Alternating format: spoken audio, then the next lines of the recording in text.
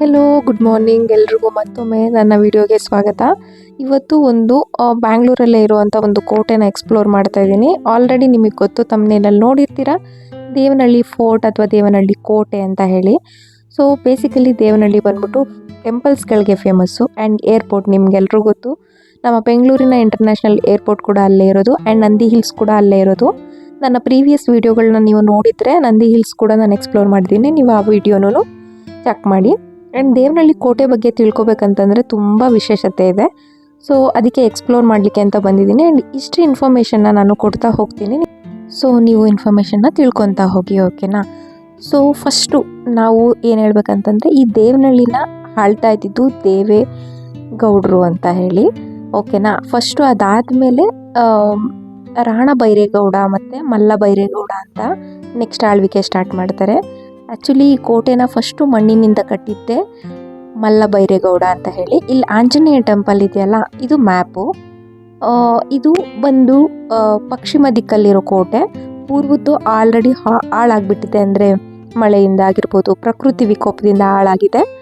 So ಮಲ್ಲ ಬೈರೇಗೌಡ ಇದನ್ನು ನಿರ್ಮಾಣ ಮಾಡಿದ್ದು. ಅದಾದಮೇಲೆ ಈ ಕೋಟೆನ ಹೈದರಾಲಿ ಮತ್ತು ಟಿಪ್ಪು ಆಳ್ವಿಕೆಗೆ ಬರುತ್ತೆ. ಸೊ ಆವಾಗ ಅವ್ರೇನು ಮಾಡ್ತಾರೆ, ಮಣ್ಣಿನಿಂದ ಮಾಡಿರೋದು ಭದ್ರ ಇಲ್ಲ ಅಂತ ಹೇಳಿ ಅದನ್ನು ಡೆಮಾಲಿಷ್ ಮಾಡಿ ಕಂಪ್ಲೀಟಾಗಿ ಕಲ್ಲು ಮತ್ತು ಇಟ್ಟಿಗೆ ಅದರಿಂದ ಸ್ಟ್ರಾಂಗಾಗಿ ಇದನ್ನು ಬಿಲ್ಡ್ ಮಾಡ್ತಾರೆ. ಈ ಕೋಟೆ ನಿರ್ಮಾಣ ಏನಕ್ಕೆ ಮಾಡಿರೋದು ಅಂತಂದರೆ, ಶತ್ರುಗಳಿಂದ ರಕ್ಷಣೆ ಮಾಡಲಿಕ್ಕೆ, ಅಂದರೆ ನಮ್ಮ ನಾಡನ್ನ ಉಳಿಸ್ಕೋಬೇಕು ಅಂತ ಹೇಳಿ. ಆಗಿನ ರಾಜನ ಆಳ್ವಿಕೆಯಲ್ಲಿ ಪ್ರತಿಯೊಬ್ಬರು ಈ ಥರ ಕೋಟೆಗಳನ್ನ ನಿರ್ಮಾಣ ಮಾಡ್ತಿದ್ರು. ನಿಮ್ಗಲ್ಲಿ ಕೆರೆ ಕಾಣಿಸ್ತಿದೆಯಲ್ಲ, ಸೊ ಅಲ್ಲಿ ಮೊಸಳೆಗಳನ್ನು ಬಿಟ್ಟಿದ್ರು ರಕ್ಷಣೆಗೋಸ್ಕರ ಅಂತ ಇತಿಹಾಸ ಹೇಳುತ್ತೆ. ನೀವು ನೋಡ್ಬೋದು, ಅಲ್ಲಲ್ಲಿ ಕ್ಯಾಪ್ ಕಾಣಿಸ್ತಿದೆಯಲ್ಲ, ಸೊ ಅಲ್ಲಿಂದ ಸೈನಿಕರು ನಿಂತ್ಕೊಂಡು ನೋಡ್ತಾ ಇದ್ರು ಆಪೋಸಿಟ್ ಯಾರಾದರೂ ಶತ್ರುಗಳು ಬರ್ತಾರಾ ಅಂತ ಹೇಳಿ.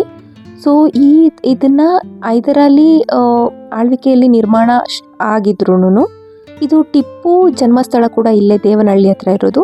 ಅದನ್ನು ನಾನು ಮುಂದಿನ ವೀಡಿಯೋಗಳಲ್ಲಿ ನಿಮಗೆ ತೋರಿಸ್ತೀನಿ. ಇದನ್ನು ಫಸ್ಟು ತಿಳ್ಕೊಳ್ಳಿ. ಇದರಲ್ಲಿ 4 ಕಿಂಡಿ ಕಾಣಿಸ್ತಿದೆಯಲ್ಲ ನಿಮಗೆ.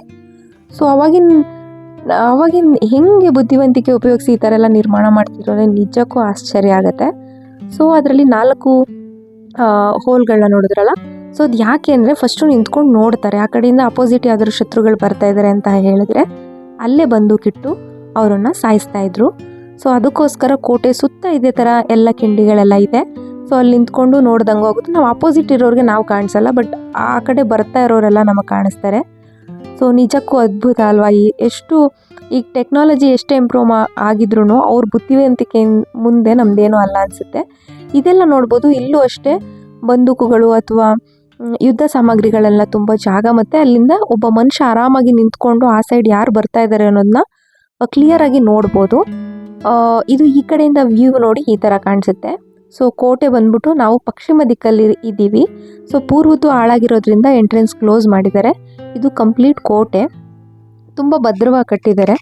ನಾನು ಈ ಕೋಟೆ ಬಗ್ಗೆ ಹೇಳೋಕ್ಕೂ ಮುಂಚೆ ಇನ್ನೊಂದು ಏನು ಹೇಳೋಕ್ಕೆ ಇಷ್ಟಪಡ್ತೀನಿ ಅಂದರೆ, ಇಲ್ಲಿ ನೋಡಿ, ಇದು ಸ್ಮಾಲ್ ಟೆಂಪಲ್ಲು ಮತ್ತು ಯುದ್ಧ ಸಾಮಗ್ರಿಗಳನ್ನು ಇದು ಒಳಗಡೆ ತುಂಬ್ತಾ ಇದ್ರು ಅಂತ ಹೇಳಿ ಪ್ರತೀತಿ ಇದೆ.